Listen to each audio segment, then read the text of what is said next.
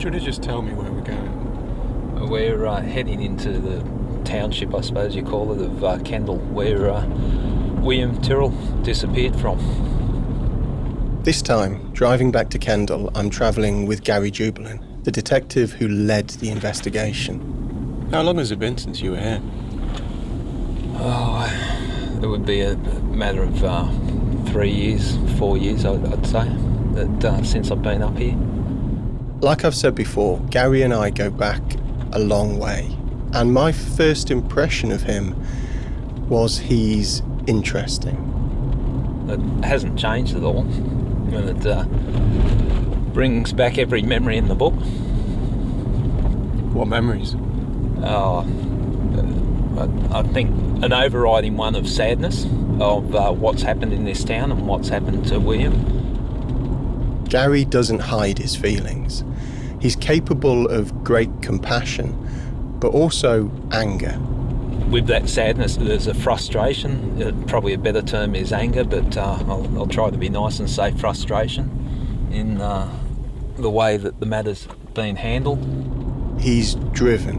It was a tough investigation, but it was an investigation that, I was up for the challenge. I'd been investigating homicide for a long time, and I was confident that, I would get a result on it.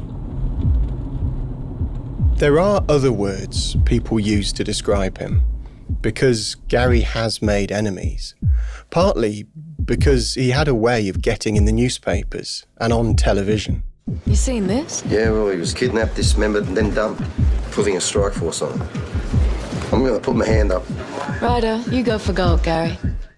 Before he and I met, Gary had been the subject of a prime-time TV drama about his life and another of his investigations. That show was called Underbelly, and this is how they described him. Gary Kevin Jubilin was an Aries, a practicing Buddhist, and drank green tea instead of coffee. His workmates called him Crazy Fuck. The green tea and the nickname, that's all true. I'd add the shaved head, the nose he's broken 3 times boxing, the fact Gary meditates to find some inner balance, and can also be so demanding he's told more than one of his bosses to fuck off if they can't get him more time, resources or staff for his investigations. I heard you requested a solicitor. Know this. Every time you put your head up, I'm going to kick it. But the thing that really stands out to me about Gary is the way he pursued his cases. It's taken us years, and now I've got you. To destruction. So if you really want to help yourself, then you make a statement. Putting pressure on a suspect. Tell me what happened. Doing everything he could think of to crack them. Why you did it. At the risk even of ruining their life or his own. Yeah, we're heading down towards where William was last seen alive in Benaroon Drive, and it's something that has played very heavily in my life, this particular road. And yeah, we're stopping and look at the house. How does a child disappear from there? And we haven't got answers. And, as New South Wales Police, we should be judged by it. These are the type of cases that you need to solve. I'm Dan Box, and from news.com.au, this is Witness William Tyrrell. Episode 8, Pressure.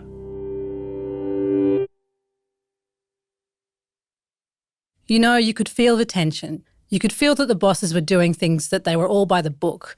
This might sound a strange thing to say, but you could just see there was attention to detail.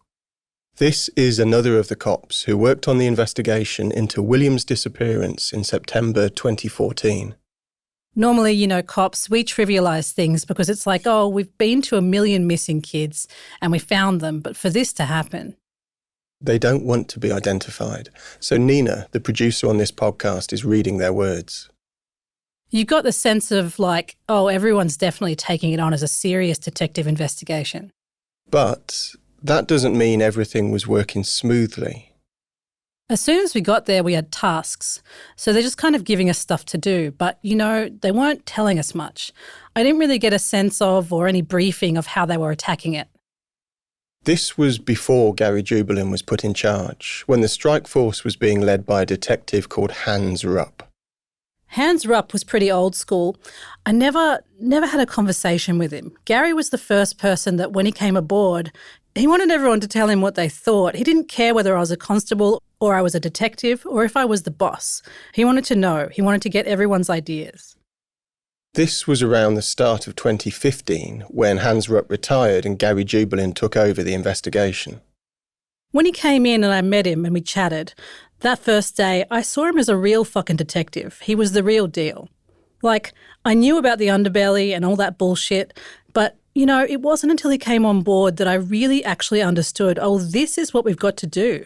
We've got to put this timeline together. We've got to do this. We've got to do that. He wants everyone's input. He wants everyone to talk. He wants you to go and have a beer after work and discuss things and argue over ideas and theories, because that's how shit happens. I really enjoyed working under Gary's direction because he sort of thinks like a business person where it's like time. We've got to get this shit done. We've got a deadline. We've got to figure this out, Gary didn't want things to get slowed down by the petty bureaucracies you often run up against in the police force, like not wanting to pay overtime, or which police commander would let others use which resources, even if that meant Gary falling out with other bosses. People will ask me about it, and what I say is he's tenacious and he'll do things that you would expect cops in movies to do. But that's not reality.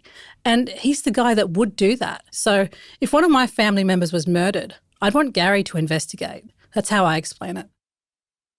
Gary also found supporters in William Tyrrell's foster parents, who were now approaching the anniversary of his disappearance.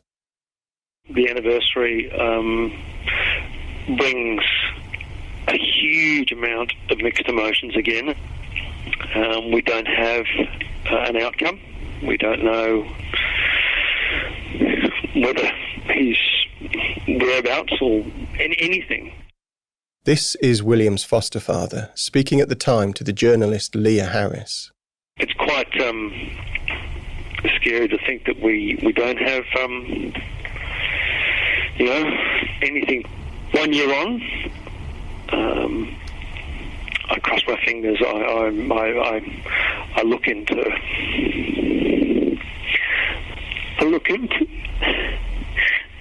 the eyes of his sister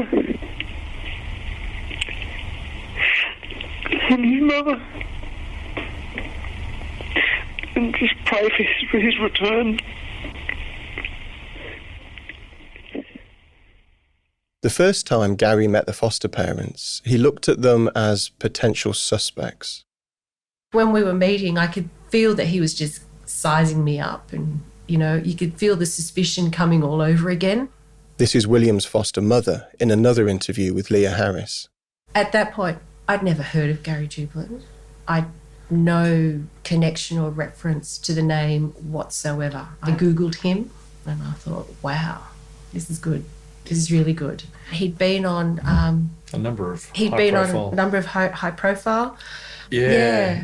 But I remember somebody telling me that he was the character on an Underbelly series, and I'm thinking, oh my God, and thinking, wow, okay. But what it gave us, I think, was this sense of we've got the right guy.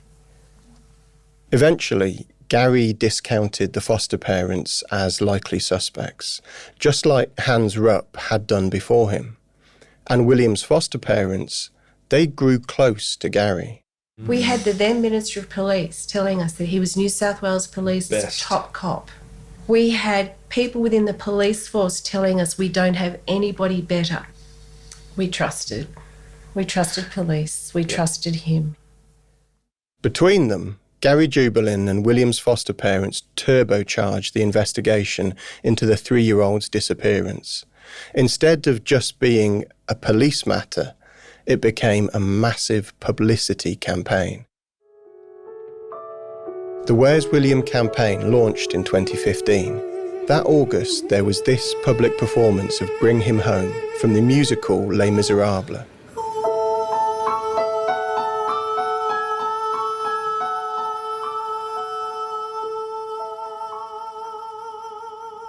Our focus today is here and supporting the Where's William campaign. Local politicians spoke up. I can only imagine as a father and as a parent the grief and the anxiety that the family is going through. There were TV news reports. Let's continue to work together to bring William home. There were billboards. Thousands of leaflets were distributed. Where's William Week, the search for little William Tyrrell. I'm wearing the badge that they've released. They're putting out flyers. They're asking for everyone to get involved, get on board. William's foster parents were driving this behind the scenes, although the state government barred them from speaking publicly because William was a child in care. William is a little boy who needs to be home with his family. So instead, they provided a written statement. Please, whoever you are, if you know something about William's disappearance, please help police find our little boy. Tens of thousands of people took part in Walk for William events right across Australia.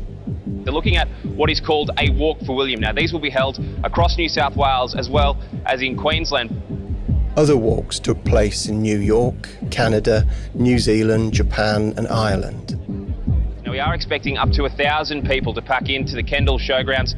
The Kendall Showgrounds had been the focus of the search effort after William first went missing. Big round of applause too for Gary and his team. It's obviously a distressing time for them and they've been doing a fantastic job. Everybody involved in the search was invited to say thank you. There were flags and cake and a big book for people to sign, and Gary spoke. We don't have any self-doubt in regards to this investigation. We're going at it hammer and tongs and doing everything that we can do. And if you signed the book, there was a chance to win a prepaid Visa card. But really, it was part of a covert operation, because Gary wanted to identify the people who turned up, in case the person responsible for William's disappearance was somewhere among the crowd. And we had 112 taxibacks between Sydney and Brisbane. We had 1,000 bumper stickers all around the area. We had 100,000 coasters go out around the mid-north coast and around Sydney in key areas. Well, the whole purpose behind that is that, people have a few drinks and if they know something, they might say something. Yeah. So everything that we did was strategic. Yeah. Claire and Alice Collins are a mother and daughter team who run a small PR company. There are so many cases of missing children over the years that have just disappeared into people's memory. They don't know about those children because there was no campaign. Everyone knows about William. I'm not saying that's because of us, but the campaign, I think, pushed his face and his message into nearly every single home across Australia. Working for free alongside the police and foster parents, they organised the Where's William campaign, eventually taking it to the state parliament. Thank you, Deputy Premier and Minister of Justice and Police, the Honourable Troy Grant. And those in law enforcement, campaigners and politicians wept openly. And it starts with William. It starts with we're going to bring him home. In its first year, the Where's William campaign helped generate thousands of newspaper, magazine and TV news reports. It held over 200 community events, encouraged almost 3,000 new reports of information to CrimeStoppers and almost 200 direct to the police. It was a huge effort and it didn't stop. There was an event in the federal parliament. This has to resonate with every person in this nation because Australia can never become that country that just turns the other cheek on this. And the second anniversary of William's disappearance was marked by the New South Wales Police Commissioner announcing the state's first $1 million reward for information. That's 1 million reasons why somebody that knows what's happened should come forward and talk to us, and do it soon. That reward was something else Gary Jubelin, the campaigners, and William's foster parents fought for. Gary got up in front of the TV cameras, Is that we leave no rock unturned, and if there's stuff that we uncover, announcing a second strike force made up of detectives from across New South Wales to help work through the long list of people whose names had come up in the investigation. The state premier, Mike Baird, spoke about his sense of grief over William's disappearance. It's an incredibly difficult thing to watch as a parent. Every parent across the nation sits and is absolutely in the sense of deep grief with that family. And privately, Mike Baird would go up to Gary and tell him, whatever you need in this investigation, you've got it. I want to pay tribute to Gary and his team. We have the best police, I think, in the world. All of which is hugely impressive. But another year passed without any answers. And listening to William's foster parents, it sounds like things felt very different for them by the second anniversary. We created our Where's William campaign to keep William alive in the public's conscious. You can't forget about this boy. You cannot forget about William. Yep. He's 3 years old. And I don't think the public can say that it's okay that this crime is not solved, because it's not okay. And we need to hold police to account, and we need to push it, and it needs to be solved. Holding police to account is different to the simple trust they described once feeling in the police force. And I think part of what's helped us is we've had Gary, who has kept it going. I saw it as the sort of pinnacle of my career. You go through stages in your career where you're learning your trade as a homicide detective. Then you're feeling a little bit comfortable. You're up to leading an investigation. And then you get to the point where I was in my career as one of the most experienced homicide detectives in the state, if not the country. And to lead an investigation like this, I felt comfortable doing it. I felt that I had the skills. I felt that I had the energy. I felt that I had the experience. And so I wasn't overawed by leading the William Tyrrell investigation. When Gary talks about leading, he means leading the 2 strike forces now working on it, as well as his team in the homicide squad who all worked on William's disappearance. But none of them were working only on this job. They all had other cases. In the course of half a day that I spent with Gary in Kendal around this time, talking about William's disappearance, he took a dozen phone calls about other murders he was leading right across New South Wales. Like, you're working round the clock, weekends, leave. I didn't know whether I was working or not. I was working 24/7. But making those sacrifices, it was worth it, because you knew you were doing it for the right reason and to help the families find justice. You talk about making sacrifices. Were you also prepared to make enemies to do that job? I don't seek to make enemies, but if someone is in the way of doing a homicide investigation efficiently and effectively, they put barriers in place. And you're talking about other cops now. I'm talking about other cops.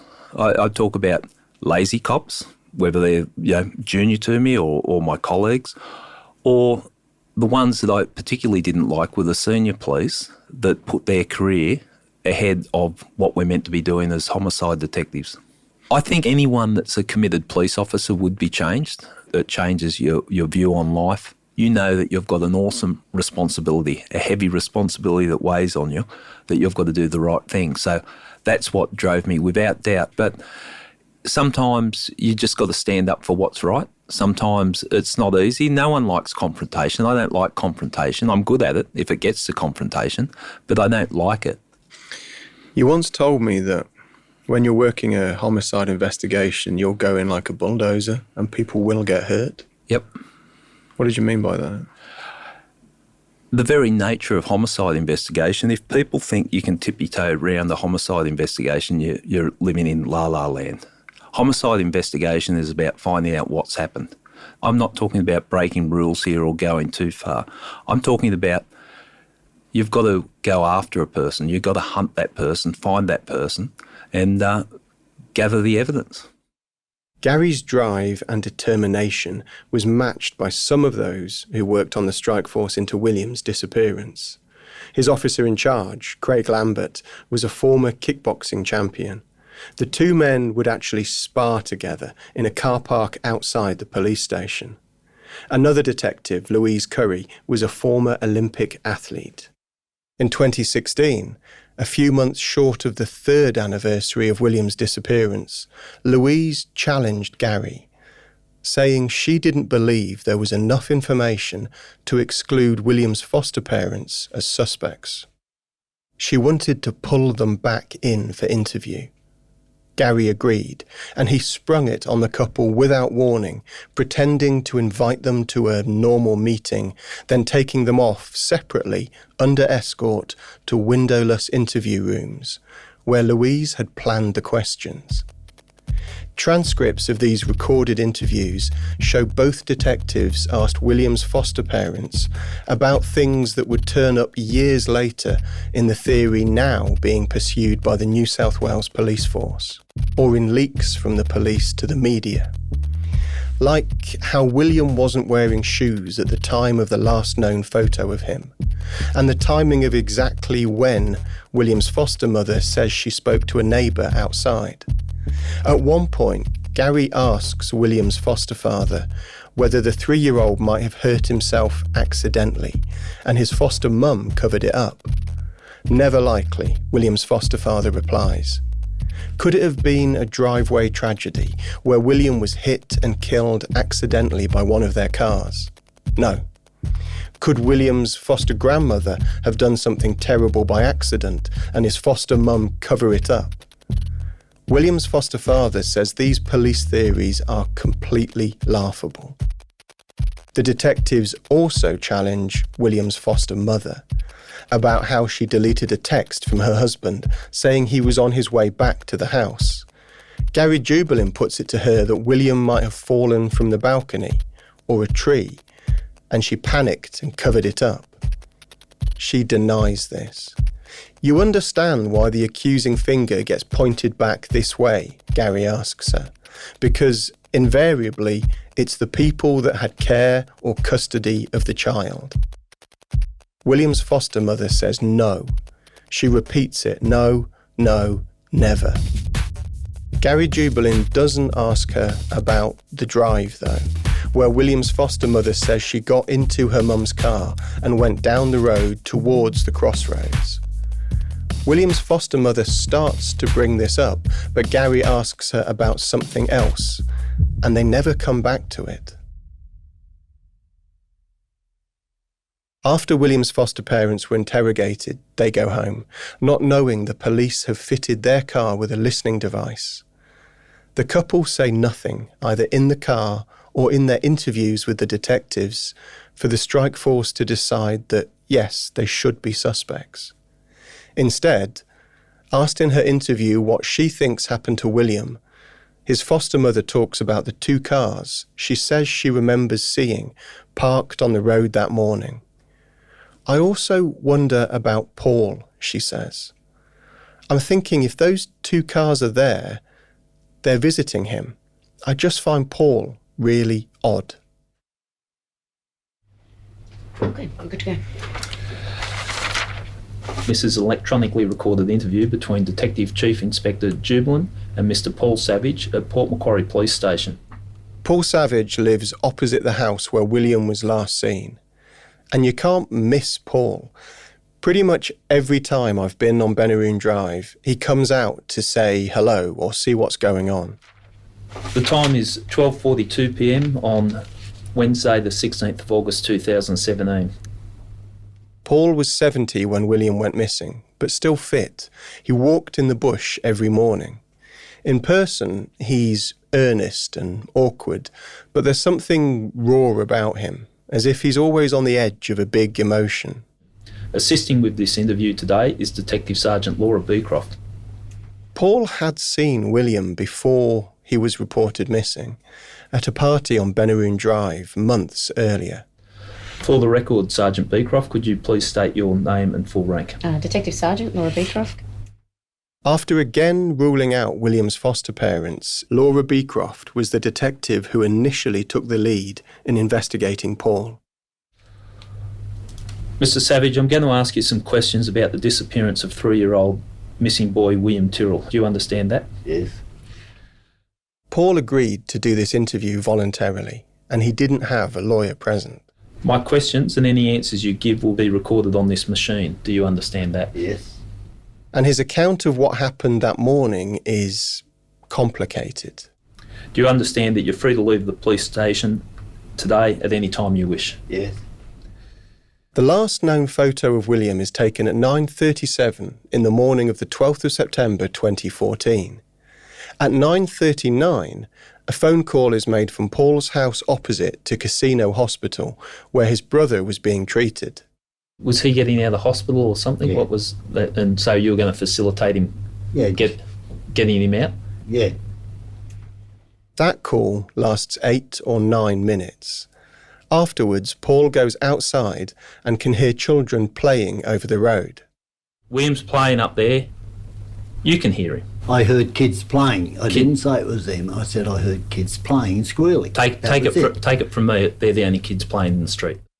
About 20 minutes later, so around 10:10, some other neighbours hear the sound of a car on gravel.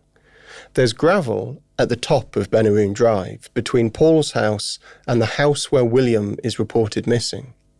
Shortly after, Paul's wife Heather leaves home. She left home at 10:38. 10:38, okay. I let her know what the time was because she would be late for bingo. 10:38. Paul's specific about this time. He repeats it. Heather hadn't left till 10:38. And says the same in different interviews. But CCTV shows Heather must have left earlier, about 10:30. At 10:41, there's a phone call from Paul's house to a medical centre in Port Macquarie. And around that time, a neighbour also knocks on Paul's door. She said, have you heard, did you know the little boy down the road's gone missing? Paul says he walks over to the house where William was last seen. I come straight out and walked over to see if I could help. He speaks to William's foster grandmother. She said he was out here playing. And also speaks to the neighbours. Peter and Sherelle. Only Peter and Sherelle will later say that they didn't see Paul Savage that morning. And then you walked up into the bush? That's right. Okay. I said, well, I'll go up in the bush in case it went up that way.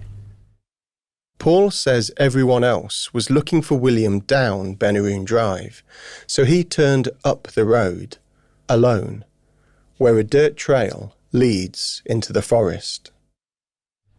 Now, describe what you did in the bush. You indicated that's the rough area that you walked. At a guess, yeah. Yeah. Okay. In the general area, that's the area that you walked. That's right. Okay. And you also indicated that you got a little bit lost. Which I did. Where did you get lost? Oh, just walking down here, I couldn't remember where my backyard was. So I've come down here, and that's why I've come around here. Okay.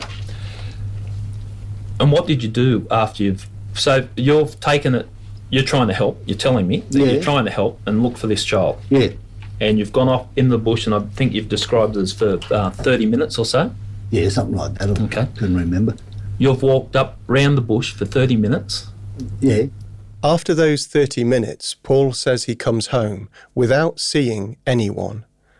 But he doesn't go down the road to ask if William's been found, or talk to anyone to let them know which area of bush he's just searched. You didn't think to go back and say, hey, he's not up there, or have you found him? You've just gone back in and had a cup of tea. Well, everybody else is making that much noise. What's the good of me going out there and joining a crowd of people when they're running around like shook with their throat cut. You weren't even curious. You go in there and have a cup of tea. I don't have to be curious when I can hear everybody else looking for the little bloke. So you know he's still lost and you're having a cup of tea. Well, what else do you want me to do? Perhaps go out there and help look. I just had a look and I was thirsty after a walk. I presume that's why I had you're thirsty. You walk for 2 hours a day. Paul says he stays inside the house for 10 minutes. In a separate interview, he'll say it was 15 minutes. But neither of those times really add up. Looking at the timings, if Paul walked in the bush for 30 minutes, as he says, he must have been home alone, drinking tea, for nearly 2 hours. Yeah, well, and once I finished in there and the brother-in-law and them showed up. Paul says he leaves his house just as his brother and sister-in-law arrive for a planned visit, and they say they got there about 1 p.m. Though in another interview, Paul says he left his house, walked over the road, talked to William's foster grandmother and a police officer, then came back and only then saw his relative's car pull up. Was it just pure coincidence? You're sitting in there having a cup of tea with all this commotion, the biggest commotion Benaroon Drive's ever seen, and you just happen to decide to come out just when your brother-in-law and sister-in-law turn up? Now, well, what else would you call it?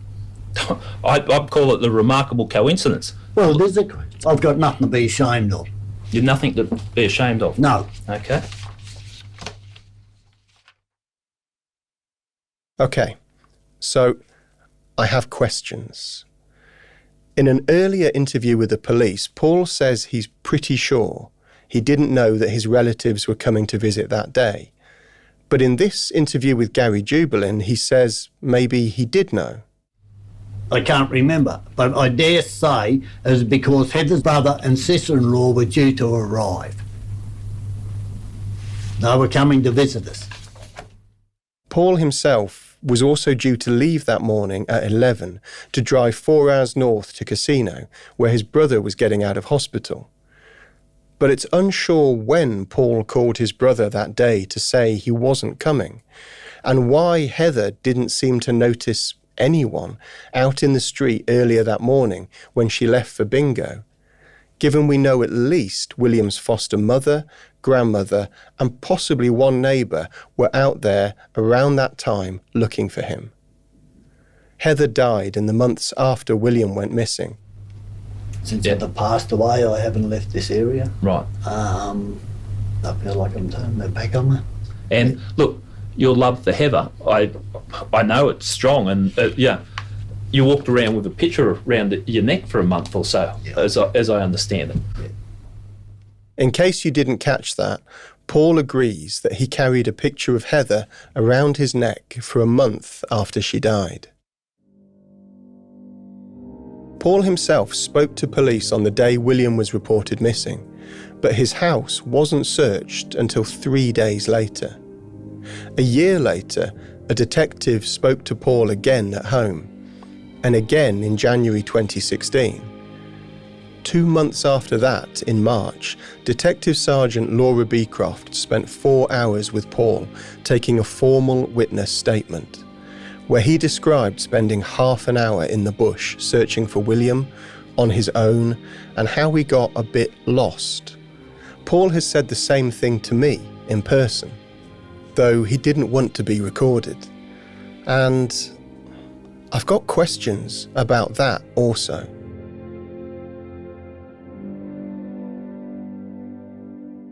In Kendal, after talking to Paul, I walk up the hill from the house where William was reported missing, trying to get lost.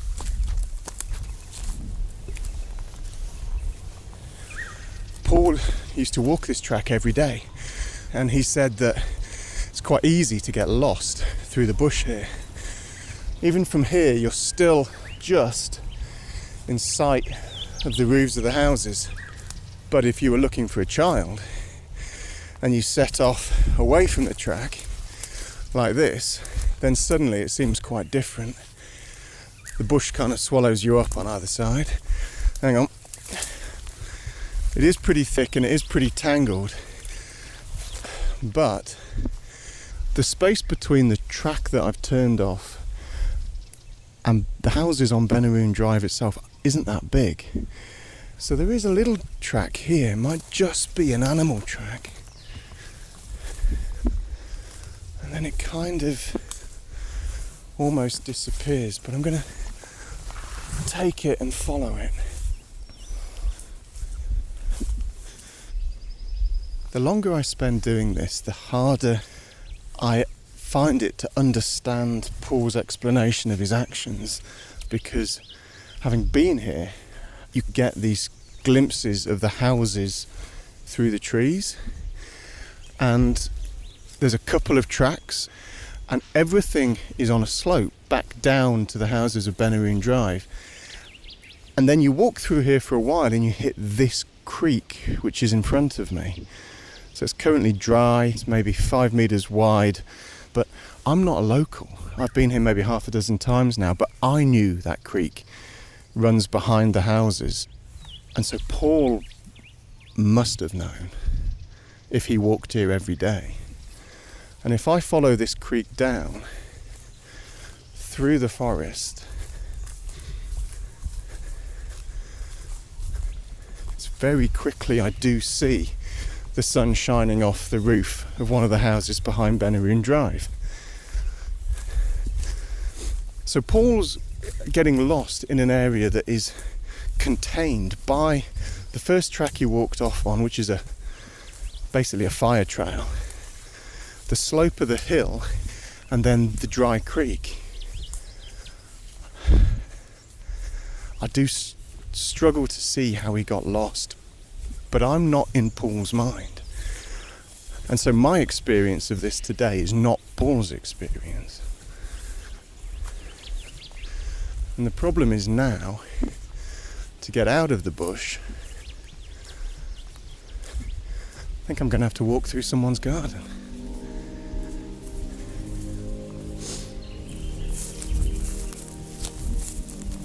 And in fact, the garden I'm walking through is Paul Savage's garden.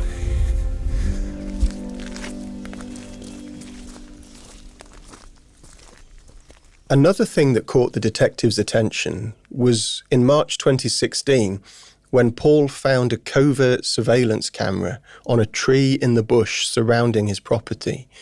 So obviously the camera wasn't very covert. The police had put it there to keep an eye on someone else, because at this point they're investigating more than one of what they called persons of interest. And one thing I do know about Gary Jubelin is he loves a covert surveillance operation. This surveillance camera kept recording as Paul picked it up, looked straight into it, then took the camera inside. When police are working and looking around this area, you find a camera and just hang on to it. If the police didn't turn up, would have you just hung on to it forever? No, I would have taken that into Laurelton Police. When would have you taken it into? I'm not quite sure how long. I didn't have it all that long. Well, how long did he have it for?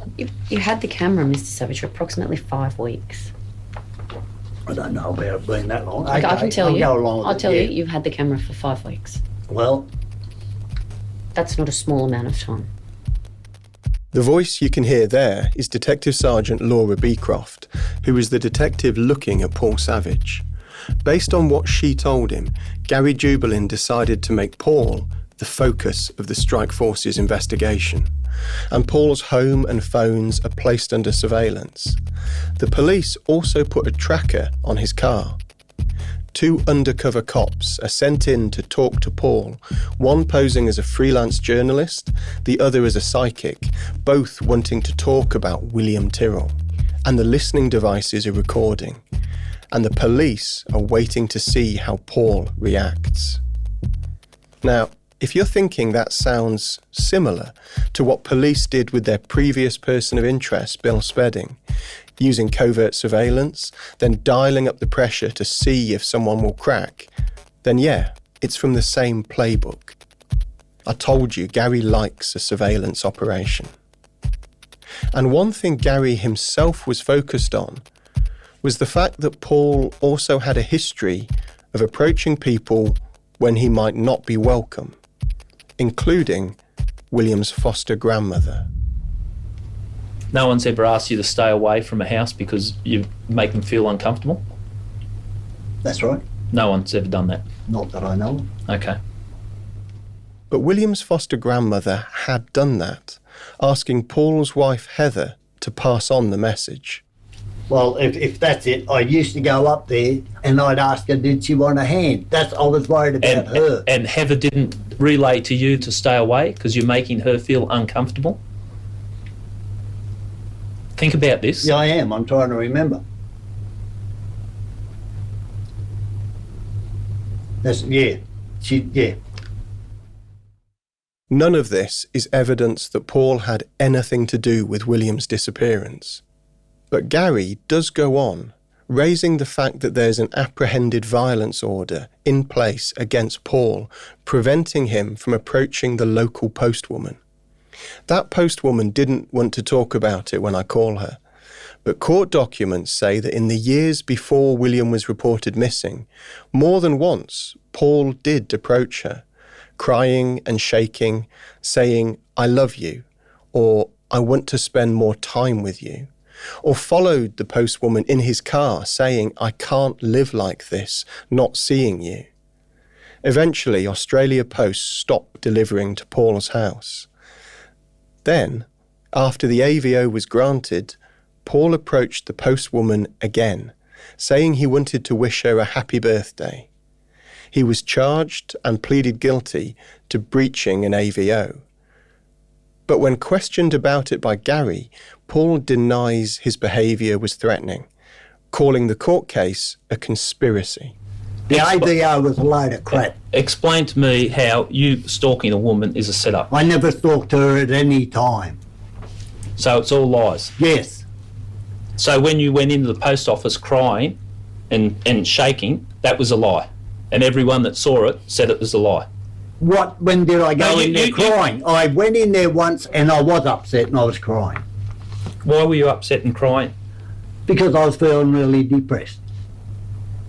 So I went home and I went straight back and I apologised. Right. And when the police issued an AVO, yeah, what happened after that? After the AVO? Yeah. Bloody nothing. You didn't get charged? Oh, yeah, because I got 1 day's notice to get help. 1 day's notice to get help? What are you talking about? Well, I had to be in court on Tuesday. I got the thing on Saturday night to front up in court. I had no idea what I had to do. Look, Mr. Savage. What? I think we need to take a step back. I'm not sitting here in judgment of you, but what I can't sit here and is take lies. Okay? Okay, then throw that in the bin because that's a pack of rubbish. It's not a pack of rubbish. It is a pack of rubbish. It's a load of rubbish. Yeah. Well, you ask her. I have asked her. Okay, then you ask her, why did she ring me in July, 3 months after I got the AVO on me? Why did she ring me and tell me she loved me? She loves you. That's what she said. Let's get this clear. Yeah. You're telling me that this wasn't you stalking her. She was in love with you. I didn't stalk her. But she's in love with you. She might have been. You can hear it in Paul's voice now, the pressure building. And at his home, the listening devices were in place. The transcript of what's recorded on just one of those devices in Paul's kitchen runs to over 100 pages. Though the quality of the devices themselves wasn't great, so there's gaps in the recordings where no one can make out what Paul is saying, or places where the transcript says file does not exist. And in other places there's disputes between detectives, with one saying they heard one thing and another saying they heard something else. What you can say is that almost always Paul is talking on his own, sometimes ranting at the television. Often it seems like he's talking to his dead wife, Heather. He calls her Angel, or more often, Mum. He breaks down sobbing, or seems bitter, saying things like, "You set me up, don't lie, lunatic," or "No one will know it was you." Listening to these recordings, Gary Jubelin decided to increase the pressure.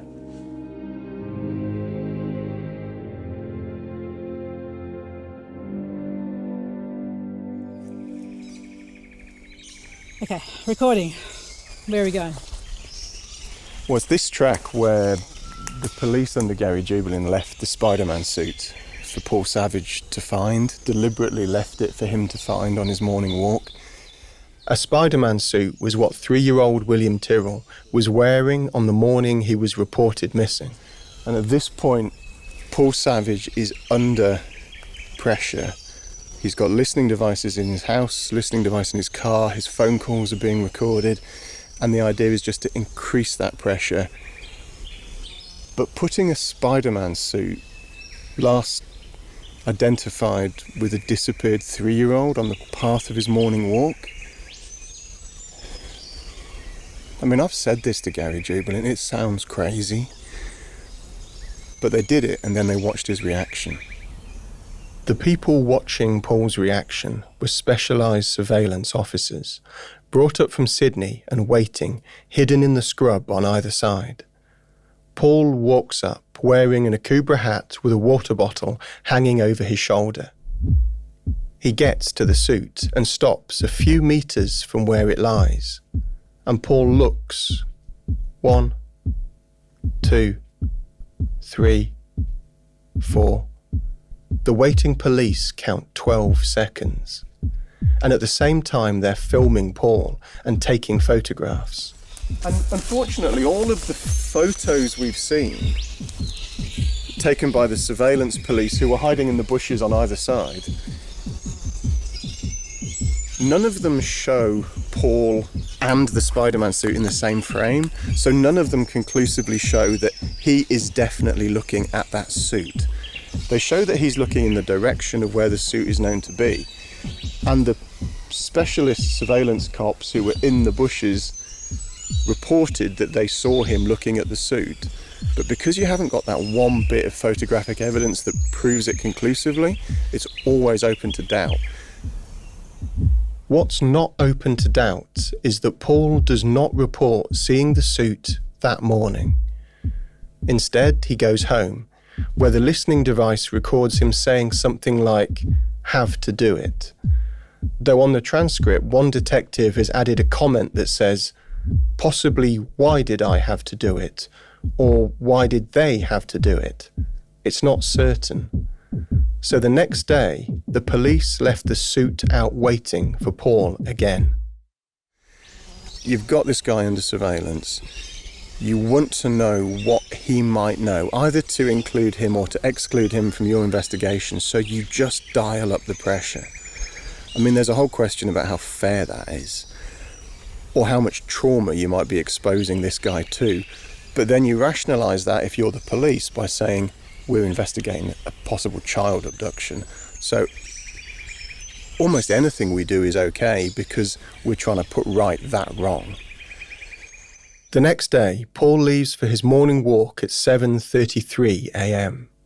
At 7:37, the waiting police watch him stop, bend over to look at the Spider-Man suit, then stand, walk back the way he came. Paul starts to run as he enters his driveway, and within minutes he's on the phone, reporting seeing the suit to the police. And later that same morning, Paul's recorded on a listening device in his house, saying the suit wasn't there yesterday. He couldn't have missed it, and sobbing the word mum. It's almost like the Truman Show. I kind of think it would be quite hard to come through this and not have that in the back of your mind for a long time. I don't think anyone's come through this investigation unscathed. Because once you've had the experience, like on your morning walk, you literally had police on either side hiding, watching you. How you ever let that go? Particularly if you're innocent. But then, the police's job is to establish whether or not you're innocent. And so the question is, how far is it okay for them to go to establish your innocence or your guilt? In his interview with Paul Savage, Gary Jubelin goes at him hard, accusing Paul of lying about whether he saw that suit the first morning. This fascinates me that you can sit here and lie to me like that when I know and you know you're telling a lie. No, I'm not. I'm not lying. I walked up there, I seen that suit, and I went straight back home. I rang the police, And No, it just fascinates me that you can lie like this. I'm not lying. I'm not lying. I'm not interested in lying. What's the use of lying? Well then, if you don't think you're lying, then you're totally delusional.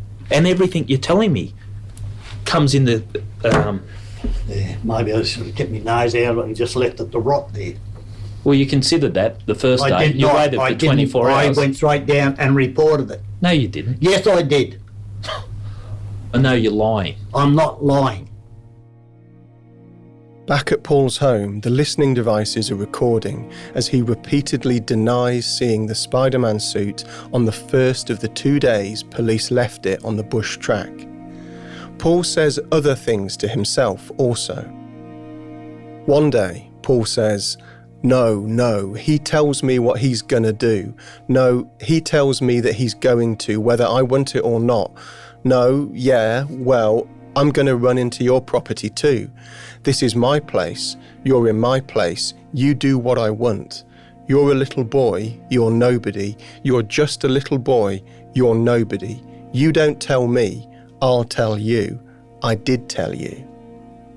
Another time he says murderers are sick and child abusers a rotten bit of rubbish. Paul accuses Gary Jubelin of setting him up and insists on his innocence over anything to do with William Tyrrell. He says police are going to try and square it up on me. I haven't got a witness, it's all lies. He says he now won't help police. I was going to tell them about the 2 boys, but bugger it. He says I couldn't hurt a kid. And later, I haven't deliberately hurt anything or anybody in a long, long time. Paul says he can't sleep because of the police investigation, meaning the pressure is getting to him. He talks about his dead wife, Heather, saying he's sorry, saying, quote, he's a boy. And great, they're going to find something, Mum, don't dob on me, okay?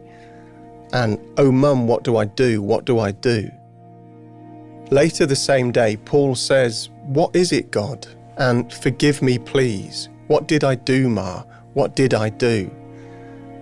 And a couple of days later, on the 10th of September 2017, Paul moans and possibly talks in his sleep, saying, it is what it is, and you've done it again, you're going overboard, you know. On the 11th of September 2017, that's 1 day before the 3rd anniversary of William's disappearance, Paul says, it's in the paper, that's the last time I seen him. And 'cause it's true, it's true. If I don't remember 'cause it's true, other people stirring things up. And he says, get it right, mate. They had no proof, nothing, because there can't be. Nothing ever happened. And he says his memories are gone. He says, I can't remember anything. If you tell me what you were doing on 11:35 on the 12th of fucking September in 2014, can you remember? And he says to himself, but I think he's imagining talking to Gary, I've not lied to you once. I might have forgotten things, I might have twisted them up, but I've not lied. I don't lie to you, I make mistakes.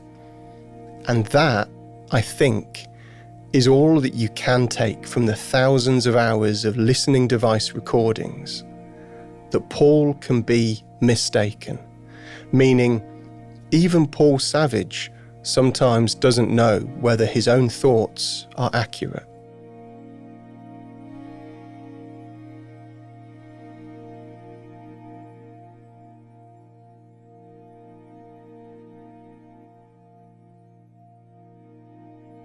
So I then look. I actually look. Stop. I'm not interested in you making up your lies. I'm not making up lies. All right, we'll move on to the next thing. Okay, but was that sound? We'll just have to change some tapes. So the time now is 2:33 p.m. The interview between Detective Chief Inspector Jubelin and Mr. Paul Savage is suspended. During this break in his interview with the detectives, Paul leaves the room to use the toilet.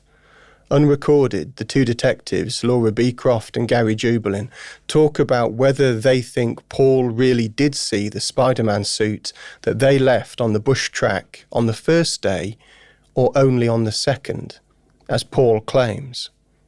Laura thinks Paul's telling the truth, but Gary Jubelin still has questions. The interview resumes. Electronically recorded interview between Detective Chief Inspector Gary Jubelin and Mr. Paul Savage. Recommence. The time is 2:42 p.m. Yes. All right, well, we'll continue on with the interview. Outside the interview room, disagreement between the detectives is starting to divide the police strike force.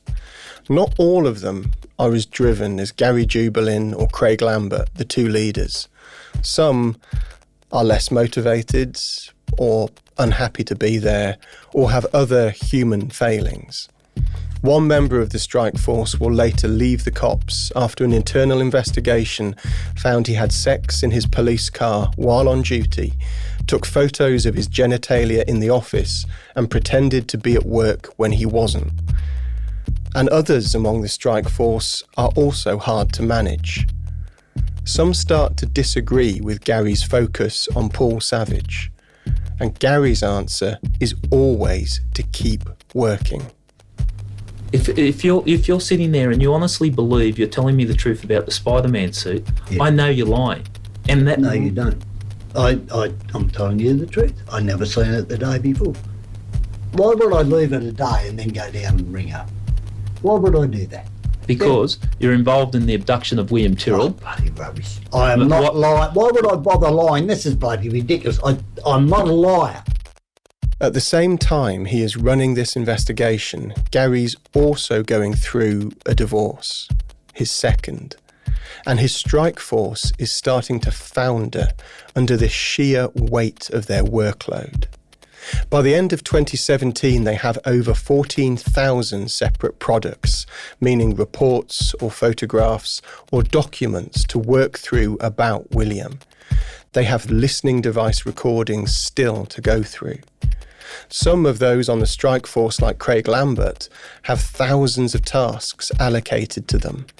Craig later describes their workload saying, quote, "From start to finish of my shift, I'm literally churning through these products as quickly as possible. It was a race against myself to get them done. On to the next. Bang, bang, bang, bang." Police records show Gary's repeatedly asking for more staff, but his staff numbers are cut instead by his bosses. And stuff gets missed, and information keeps on coming in, not least because the Where's William campaign keeps encouraging people to come forward. Meaning, despite everything the police are doing to exclude them, the number of people on their persons of interest list keeps increasing.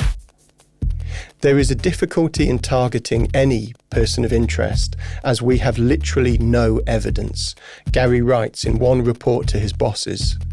He warns the investigation could go on for years. Paul, I'll strip it down. I won't even call you Mr. Savage, I'll call you Paul. Yeah, well, that's the best way. Okay. Because we're getting down to the nitty-gritty. Yeah, which is good. Gary's strike force start turning on each other, criticising him between themselves, and particularly Gary's focus on Paul Savage.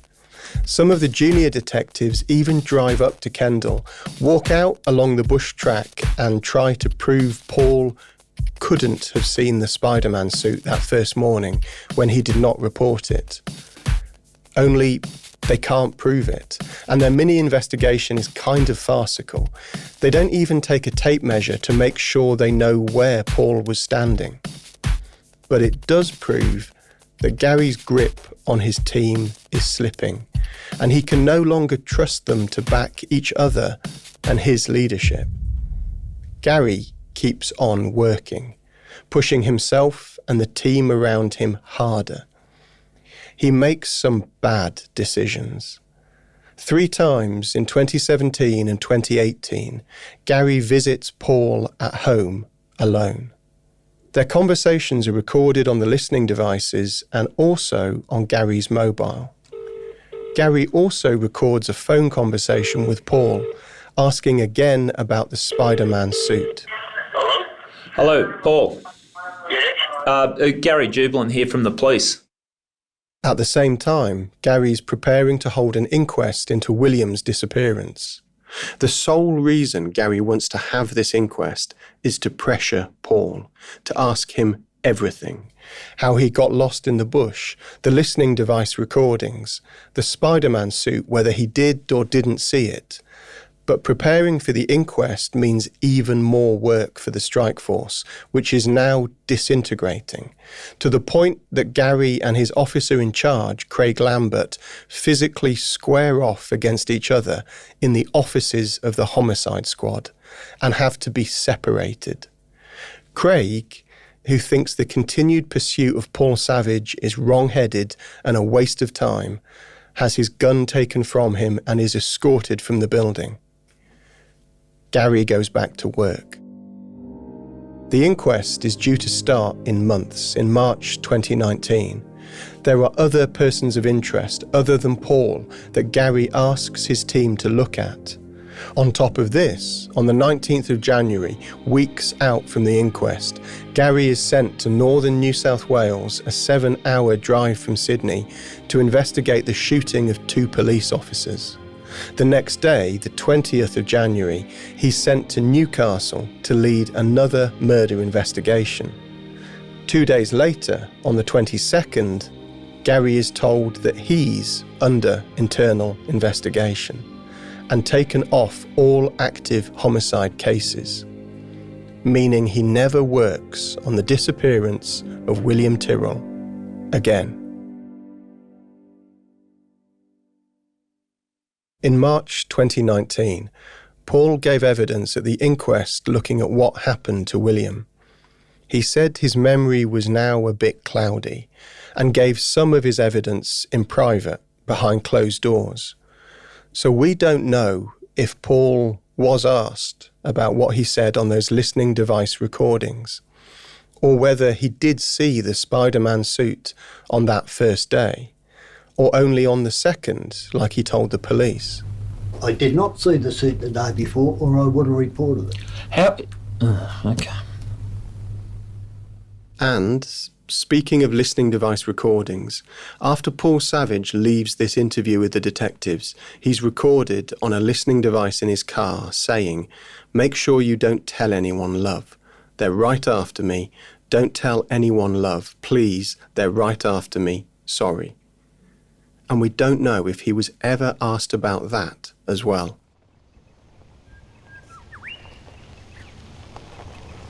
Years later, when I go up to Kendal for this podcast, I park on Benaroon Drive and Paul walks up.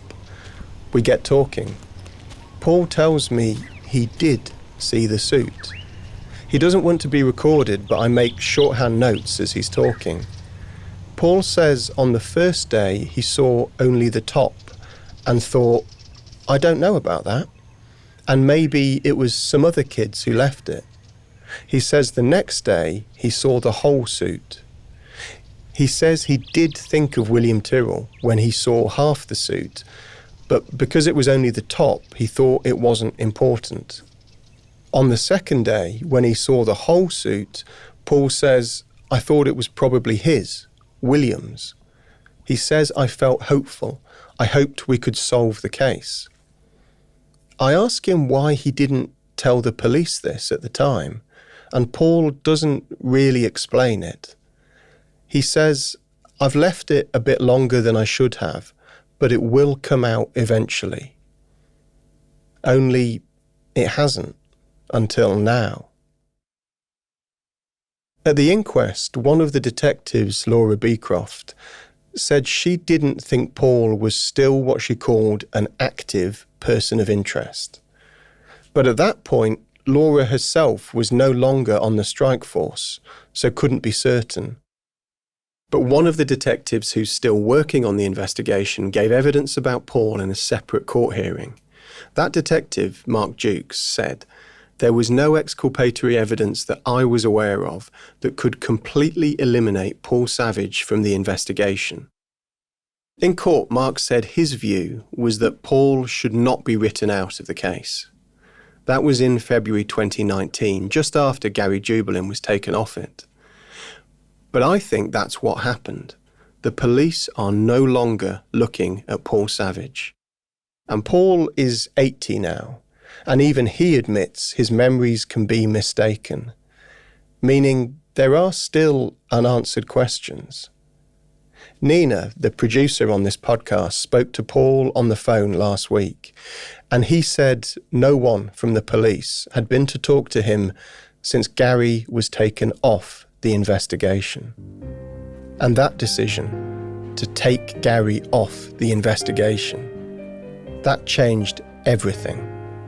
And we'll get into that in detail next week on Witness William Tyrrell. This electronic interview between Detective Inspector Jubelin and Paul Savage is now concluded. Before I turn the tapes off, ask you a couple of questions. Has any threat, promise or inducement been held out to you to give the answers you were given in this interview? No. Have you provided these answers of your own free will? Yes. Is there anything further you wish to say in relation to this matter? Nothing, no more I can say. I can't help it, I wish I could. All right, thank you. A lot of different people have been involved in making this series. Among them, the executive producer is Nina Young. The sound design was by Tiffany Dimmack. The producers have been Emily Pidgeon, Nicholas Adams-Jasbar, Phoebe Zakowski-Wallace and Tabby Wilson. Research by Aidan Patrick. Original music by Rory O'Connor. Our lawyer is Stephen Coombs. The editor at news.com.au is Kerry Warren. I'm Dan Box.